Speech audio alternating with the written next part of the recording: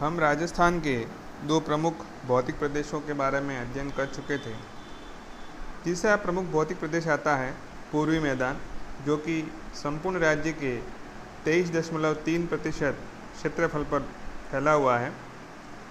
इसकी पश्चिमी सीमा अरावली के पूर्वी किनारों द्वारा उदयपुर के उत्तर तक और उसके आगे 50 सेंटीमीटर की समवर्षा रेखा द्वारा निर्धारित होती है। मैदान की दक्षिण पूर्वी सीमा विंध्यन पठार द्वारा बनाई जाती है। पूर्वी मैदान को 3 उप प्रदेशों या उप इकाइयों में विभाजित किया जा सकता है।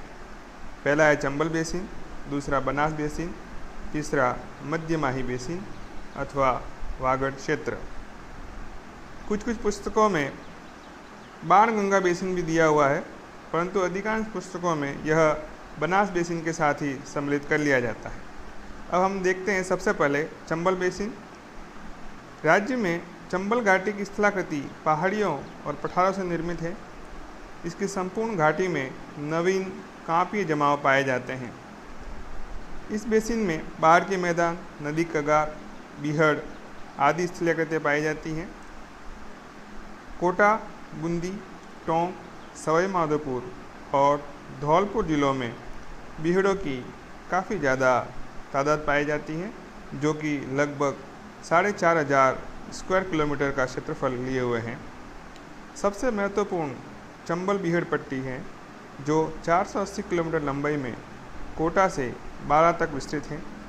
इसमें कोटा से धौलपुर तक ऊपरी विंध्यन कगार, भूमियों की अनियमित और ऊंची दीवार बाणगंगा तथा यमुना के बीच जल विभाजक के द्वारा अंकित है। दक्षिणी सीमा सहायक नदियों जैसे काली सिंध और पार्वती नदियों के साथ बदलती रहती हैं। इससे आगे यह कुंवारी बीहड़ों के द्वारा चंबल के दक्षिण पश्चिम मार्ग के साथ निरंतर बारा तक अच्छी तरह से सीमांकित है। बीहड़ों तथा यमुना घाटी के बीच तथा चंबल और कुंवारी के बीच मैदानी क्षेत्र में कृषि की जाती है और काफ़ी उपजाऊ क्षेत्र भी है। दूसरा उप इकाई है बनास बेसिन। बनास बेसिन पश्चिम में 50 सेंटीमीटर समवर्षा रेखा द्वारा, दक्षिण में महान भारतीय जल विभाजक द्वारा, उत्तर में अरावली पहाड़ी प्रदेश द्वारा तथा पूर्व में विंध्यन कगार के द्वारा सीमांकित है। बनास तथा इसकी सहायक नदियों द्वारा सिंचित यह मैदान दक्षिण में मेवाड़ का मैदान और उत्तर में मालपुरा करौली का मैदान कहलाता है। मेवाड़ मैदान बनास नदी तथा इसकी सहायक नदियों जैसे खारी, मौसी, मारेल जो बाएं किनारे पर बहती हैं और बेड़च, बाजीन और गोलवा जो दाएं किनारे पर मिलती हैं से सिंचित है। यह उदयपुर के पूर्वी भागों, पश्चिमी चित्तौड़गढ़, भीलवाड़ा, टोंक, जयपुर, पश्चिमी सवाई माधोपुर और अलवर के दक्षिणी भागों में स्थित हैं। इस मैदान का ढाल धीरे धीरे उत्तर व उत्तर पूर्व की ओर कम होता जाता है। औसत ऊंचाई 280 से 500 मीटर के बीच पाई जाती है। इनके उच्च भूभाग टीलेनुमा है, जिसके कारण इसे पीडमोंट मैदान भी कहा जाता है। इस क्षेत्र की स्थलाकृतियाँ अपरदित हो गई हैं, जिनका प्रादुर्भाव ग्रेनाइट और नीस की चट्टानों में अपरदन के कारण हुआ है। इसका एक भाग है मालपुरा करौली का मैदान, जो कि शिष्ट और नीस से निर्मित है। किशनगढ़ और मालपुरा के अधिकतर भागों में कांपीय जमावों की मोटाई अधिक है, जहां वे अपने नीचे नीस चट्टानों को लिए हुए हैं। इस मैदान की औसत ऊंचाई 280 से 400 मीटर के बीच पाई जाती है। तीसरी उप इकाई है मध्य माही बेसिन, चप्पन का मैदान अथवा वागड़ क्षेत्र। यह मैदान उदयपुर के दक्षिण पूर्वी बांसवाड़ा, चित्तौड़गढ़ जिले के दक्षिणी भाग में स्थित है।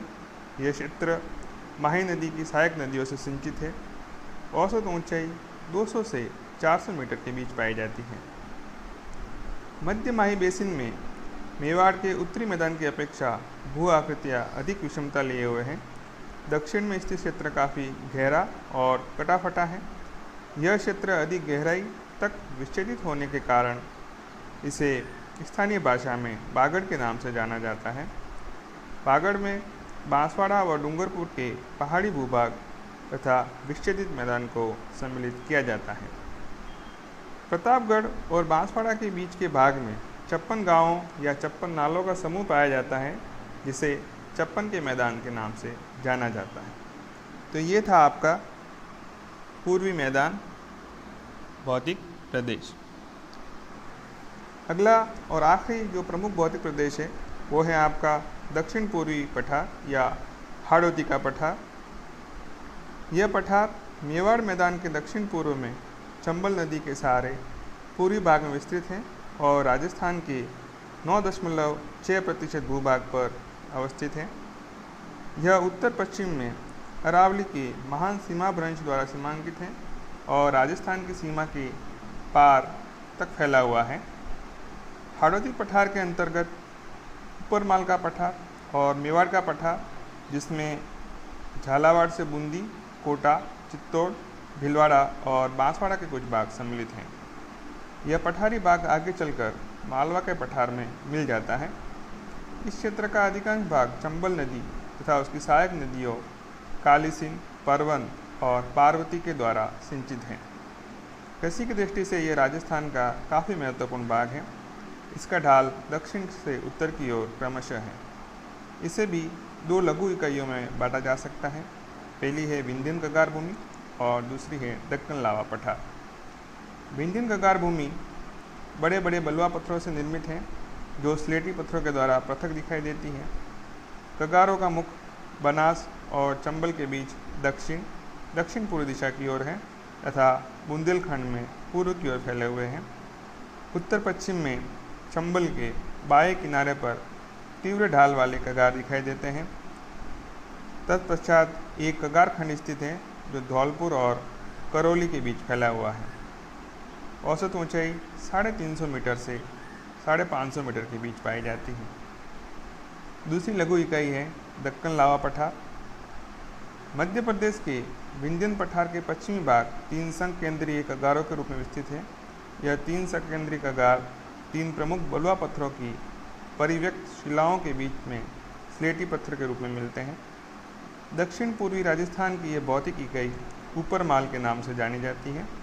यह एक विस्तृत और पथरीली भूमि है जिसमें कोटा बूंदी पठारी भाग सम्मिलित है। इस भाग में नदी घाटियों में कहीं कहीं काली मिट्टी भी पाई जाती है। अप्रदन पुरानी भूमि सतहों को अनावृत करता है और स्पष्ट होता है कि पुरानी शिलाकृति का धरातल काफ़ी हद तक वर्तमान शिलाकृति के अनुरूप ही था। चंबल और इसकी सहायक नदियों जैसे कालीसिंध और पार्वती ने कोटा में एक त्रिकोणीय कापीय मैदान का निर्माण किया है, जिसकी औसत ऊंचाई 210 से 275 मीटर के बीच पाई जाती है। बूंदी व मुकुंदवाड़ा की पहाड़ियाँ भी इसी पठारी भाग का हिस्सा है। नदियों ने इस पठारी भूभाग को काट छाँट कर काफ़ी विच्छेदित कर दिया है। इस प्रकार ये राजस्थान के चारों प्रमुख भौतिक प्रदेश थे। अगली कक्षा में हम इन चारों प्रदेशों को एक साथ सम्मिलित रूप से पढ़ेंगे ताकि आपको इसका जो कंसेप्ट है क्लियर हो जाए।